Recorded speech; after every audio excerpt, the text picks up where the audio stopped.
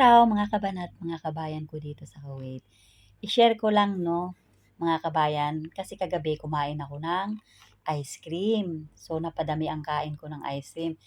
'Di ba ngayon, nagpalit na tayo ng weather, unti-unti na papunta sa taglamig.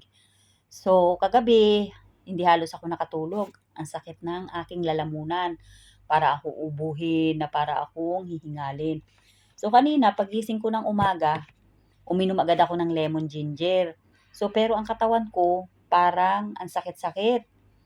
So, ang ginawa ko mga kabayan, uminom din ako nito para sa sakit ng katawan. Ayun, nawala ang sakit ng katawan ko. Ang problema ko naman ngayon, itong aking lalamunan, parang may hingal pa, parang uubuhin na ganun. So, dati nakabili ako nito mga kabayan sa Bacala. Effective daw to guys, mga kabayan, sa ubo at sa cough and cold.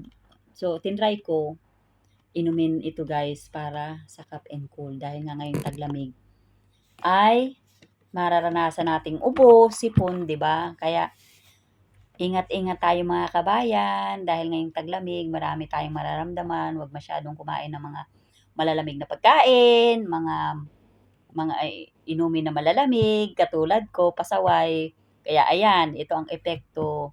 So, salamat po. Have a nice day. God bless.